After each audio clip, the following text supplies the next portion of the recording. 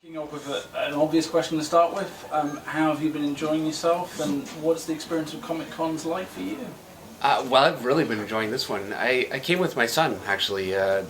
My wife didn't want to come. She's busy with so much stuff at home that she couldn't get away. So, yeah, this has been great. We went to Birmingham yesterday, and I saw the art gallery, all the pre-Raphaelites. I saw a Bergerac painting right in front of me. That was pretty amazing. So it's been a good experience so far, and the show has been great. It's a big show. It's a big turnout. Everybody's been enthusiastic. So I'm glad I came. Obviously, when you're at shows like this, meeting fans is a big part of the experience, for fans and for you, I'd imagine. I'm curious, of all the amazing series you've worked on, all the great characters, whose stories you've been a part of, what are the most common ones that fans want to chat about, and what do they ask about when they get to meet you at places like this? Well, Batman's a big one for sure. Yeah. I think Tom King, that I did Batman with, he's been taking off in such a big way. People want to hear what it's like working with him, and Jeff Johns, I did a book called Forever Evil with him, and people want to know what he's like and how he is to work with. That's, I would say, the questions that I get the most, aside from questions just about my own artwork, are writers that people are big fans of. They want to know what's it like working with them, what's what goes on in their head. Well, seeing as how it's what people are always asking you, we should probably ask you now. Can you talk about that Batman collaboration in particular, and again, just how much of a joy it is for you as a creator? Oh yeah, well, it was. I didn't know what to expect going into it. I was actually not familiar with Tom King's writing when I first started, so I read a bunch of his stuff. He had done. The Vision was still coming out from Marvel, and I was getting a lot of attention, and I kind of live under a rock sometimes, when it comes to new things coming out, so I went and bought those, and it's just really smart. I want to say emotionally deep, it sounds so, but it really was. It was just incredible stuff, and the Batman thing that he did, I wasn't sure what to expect. I thought it might be a little bit more slow-paced like that, but he really geared it toward my strengths. It's something he's great with, and so I had Batman on the back of an airplane trying to stop it from crashing into Gotham City. So I'd never drawn anything like that, so it was a challenge. It was great. He was good at bringing me out of my comfort zone, but keeping me in a place where I could do my best work. A few questions, if that's all right, Dave. Still staying with Tom King. Now, I think Tom King's one of these writers, who does work with an artist's strengths. But what were some of those challenges? Because I think he's very great with street level relationships, if you see what I mean. He seems to be building in Batman, like in The Vision, the sort of relationship we can all relate to, whether you're a billionaire or whether you're a robot. And so I'm wondering how maybe it challenged you as an artist to get you out of that comfort zone, those quieter moments. Yeah, I've done work with writers before. Like Brian Bendis is phenomenal at character writing, and with Bendis it felt so natural just doing that stuff because he's so good at dialogue and describing emotion. The characters just felt real for me, and Tom really I think has that same. He's a very different kind of writer, really. It's more fast-paced, and I'm not qualified to describe the difference between writers, but they both have that quality of just, great characterization. And I think with Bendis, it was my first time really working with a writer that did that to that extent, so it was a real learning curve for me. And with Tom, it was kind of similar. I wanted to try and take it to the next level. I really wanted to make my characters as individual as possible. I tend to draw the same face a lot, and I wanted to try and get away from that as much as I could. Gotham Girl worked, I felt. Well, thank you. I really did. Sort of a really emotional character. Thank you. I was looking at Tangled. You remember the Tangled movie? And I love the girl in that movie, so I was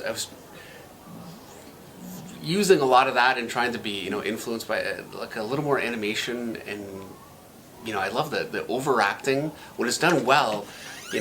I tend to be a little more staid with my emotion. I'm not good at it. That's what I'm trying to say.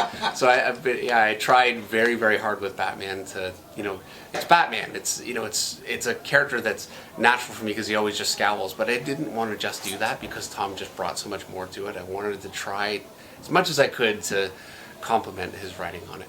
And one more question before I let other people, because I'm aware that I'm monopolising. No-brainer, really. How do you feel about Bendis coming to DC? I'm absolutely thrilled. I can't wait to see some of the stuff he's going to do. I've been a huge Bendis fan for years and years, and it's, stunning that they managed to get him to come over. DC has such great characters, and I think it's time, Bendis on Superman. If anybody could make Superman, 'cause Superman's great, he's iconic, but it's been tough to make him a really top seller, and I think Bendis is going to do that. I think he's going to pull it off. Looking forward to it. Thank you for that, Dave. Thank you. Do you have a favourite character yourself from your body of work? Well, Batman, of course.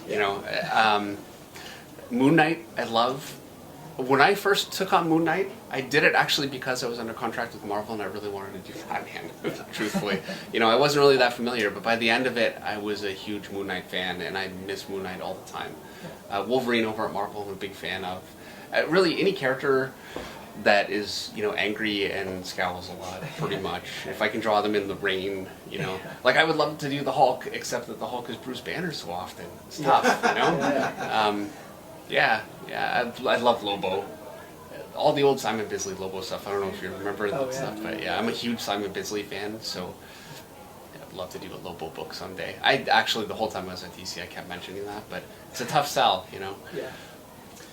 Do you? Sorry. No. And any further development on the Moon Knight film? Because I know James Gunn tweeted about a year ago that he was pitching that to Marvel, wasn't he? Oh, really? Well, I'm not in the loop on that one. Okay. I don't know. I didn't even know that.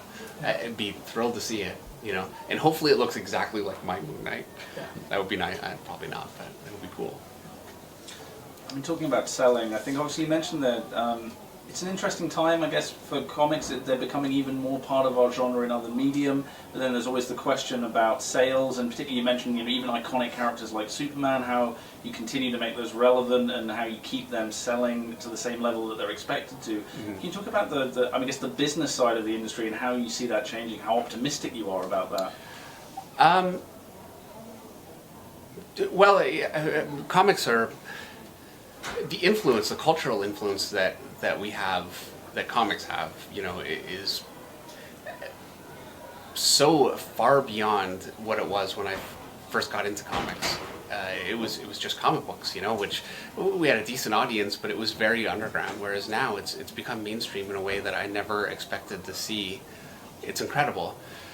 On the other hand, the actual comic sales are pretty much what they have always been. The people that read the books, it's a different audience than there's a lot of crossover in the audience, but the people that actually specifically read the books are different than the people that just want to go see the movies, and we haven't really been able to grow in a way that I thought maybe we would. I thought, all these people watching the movies would flood into comics, and it hasn't happened that way. But we've had, I think, a strong core audience that hasn't gone away and has been pretty loyal to us, and I think our way of maintaining that audience is to just reboot every 2 years. It seems like what we do. I don't know.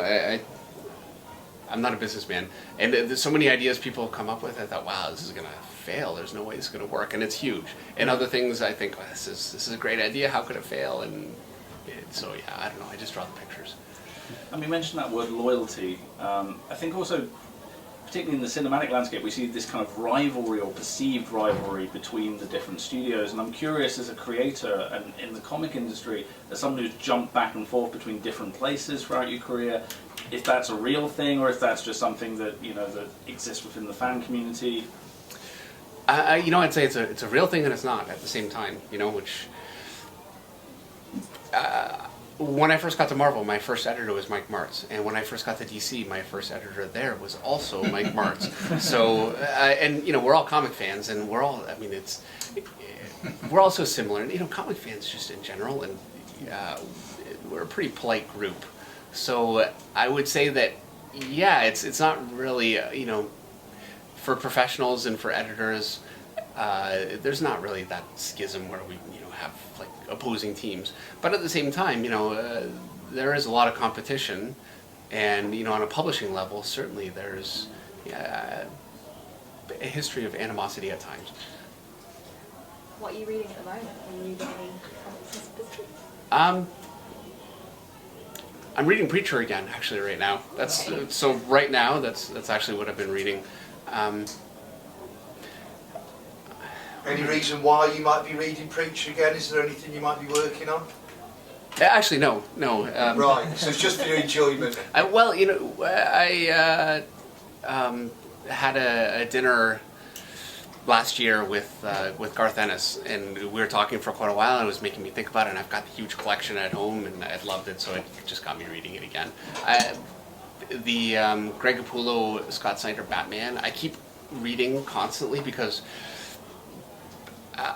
I follow artists. I really don't follow writers. So, you know, for me, it's I open a book because I love the artwork, and I find something like Greg Capullo is such a great storyteller that I find myself reading it. Next thing you know, I'm reading, you know, like half the run. It happens to me all the time.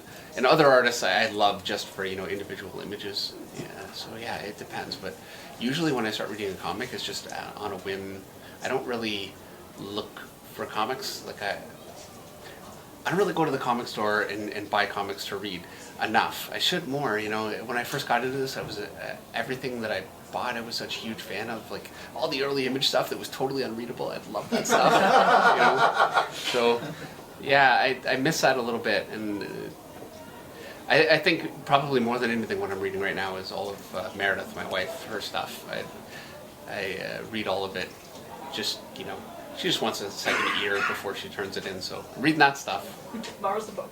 Yeah. I'm curious, when you're at events like this, I'm sure one of the most common things people ask you is advice. People who want to follow in your footsteps, both as storytellers and as illustrators. Do you have bits of advice that you would offer to people who want to, particularly working, I guess, for the major studios rather than just working on their own thing? Well, certainly working for the major studios, the most important the most important piece of advice is meet a deadline if you agree to a deadline, because that will kill your career faster than anything, just blowing a deadline and leaving an editor in the lurch. They never forget that. But you know, aside from professionalism, the most important thing is you can draw in just about any style, and they're actually, they look for inventive, different styles. It's a nice thing to have. I mean, they also look for familiarity. But you need to make sure that if you're drawing Spider-Man, for instance, it looks and moves like Spider-Man, and a Spider-Man fan can open it up and say, okay, this is the Spider-Man that I know, or the Wolverine, or the, you know, Batman or Wonder Woman. That's what's important. No matter how different the styles are, it just needs to be recognizable for fans as the characters. I mean, when people show you their portfolios, what are the most common mistakes you think people make when they're putting together their portfolios? Is it too much of the same? Is it too much variety, not enough personality? I would say the most common mistake, having 100 pages of material is not such a great thing, especially, I think the most, sometimes people come up and the first pages are pages they did years ago, and then it slowly comes to the newest stuff, and you really want to lead with the stuff that you're doing most recently, because people want to see what you're going to do now, not what you did, you know, a few years ago. And then you need to have backgrounds, and they need to be varied. You need to show that you can draw cars and trees and interiors of apartments and make everything look like a, you know, a real place that, you know, has a personality. It's very, very important. It's not really the most important thing you can do as a comic artist is draw, you know, that great character and make them look iconic and interesting, but they need to have an environment that's believable, and a lot of times that can be very skated through, which, you know, it's not a good thing. So yeah. You've been signing here this weekend. Is there anything, maybe older works, that surprises you that people bring in to sign? Yeah, you know, I did a Soul Saga cover with it was a Stephen Platt book, and it was a painting that I was trying to do like a Drew Struzan style. Kind of worked. Anyway, I haven't seen that in 15 years. I couldn't believe it. I didn't think anybody had it, so yeah, I signed one of those today. That was a shock. Every once in a while, somebody will come up with it. I did Cyberforce years and years ago. This would have been, you know, 95, 94, 95, a long time ago. And so yeah, every time I see that, you know, it's always kind of refreshing. Sorry. So just a question that might interest you. So obviously Marvel's getting close to this 10-year anniversary in terms of doing from Iron Man onwards. Do you think post, Infinity Wars, that there's much of a place for comic films in the cinema, or do you think it's more getting to the fatigue? Well, I certainly hope that we never get to a fatigue. I really do. I think Marvel's been incredibly good at putting out the Avengers and putting out Iron Man, but then putting out Black Panther, which is such a different kind of a project, and then or Ant-Man, again, like such a totally different kind of project where, Guardians of the Galaxy, it's.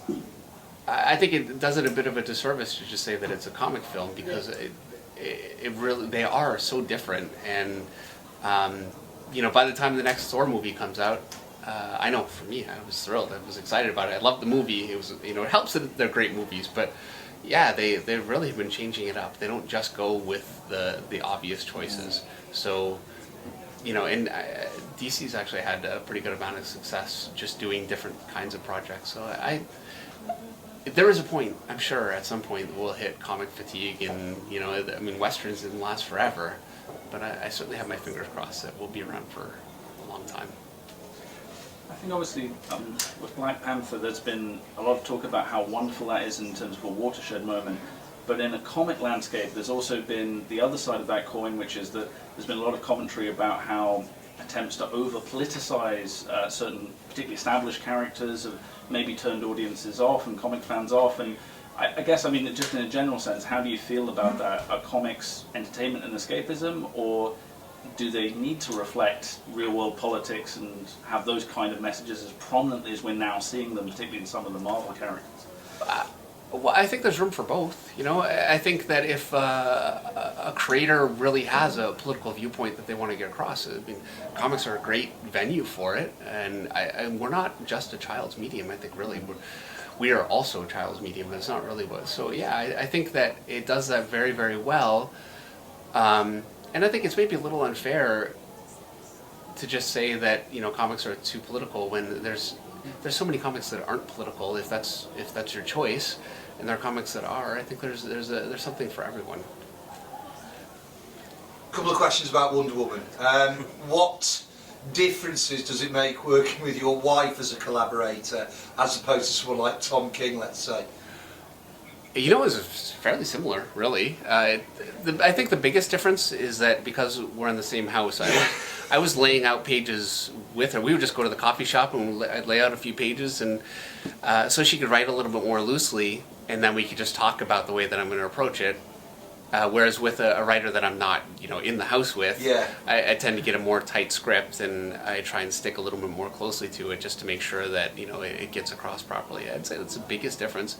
We had a few fights about it here and there, but we're still married, and, fights with other writers I've worked with too, and we still work together. So yeah, it's really not so different.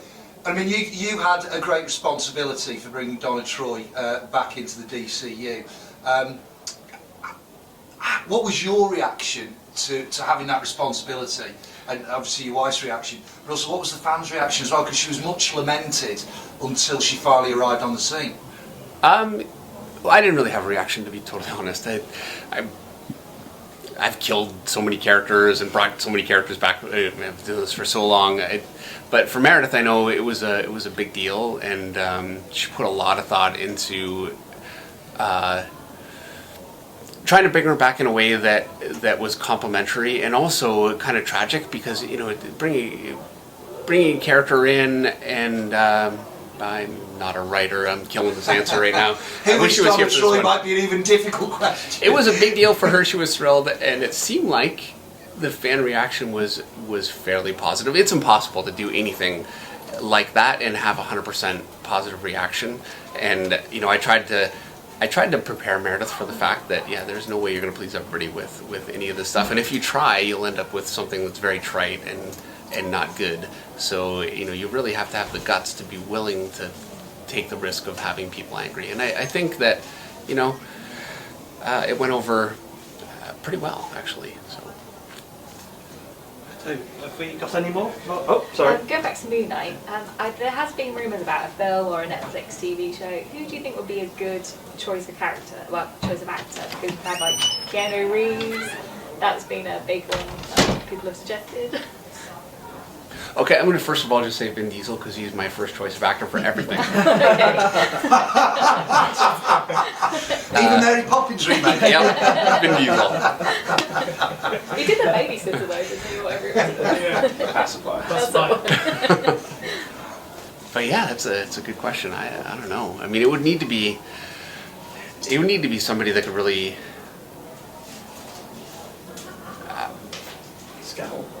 scowl, yeah, and just, you know, I don't know, maybe Jason Statham. You know, he'd be pretty good. Would he be the actor you wanted to play in your autobiography, do you think? Because the same hairline. And I can say that. We are very similar. I get mistaken for him all the time. Yeah, I don't know. That's a really good question. Huh. Who do you think? I think Jake Gyllenhaal would be quite good. Oh yeah. Yeah. Okay. Yeah. He's beefed up a bit. Yeah, and he Yeah. did a boxing movie. He was in pretty good shape Yeah. for. Yeah. Okay, I could go with that. Okay. And on that consensus, unless anyone else got anything else, I think. I want to know what Dave's working on. No one's actually asked what Dave's All right, working go on on then. yet. Oh, yeah. Because you've gone conspicuously quiet, DC, since Batman, I think. I'm working on an Image comic right now with a writer that I'm thrilled about, and I can't say, which is killing me. But he's a big writer that, you know, I had wanted to work with for a long, long time, and you know, it came up. I couldn't say no. So I'll be finished by the end of the year. It'll be out shortly before that. It's all one book, large format. I'm drawing the pages at a larger size myself. I'm inking it myself, so it's taken forever to do. So yeah, about 100 pages, all one book, large format. Eventually. Sold. Brilliant. I sure hope so. Well, I think it's a brilliant story. It really is. It's you know, it's a great writer. I mean, you know, all the pieces are there for it to be a great book. So if it doesn't do well, I blame myself. Right, well, thanks very much, and thanks very much, folks.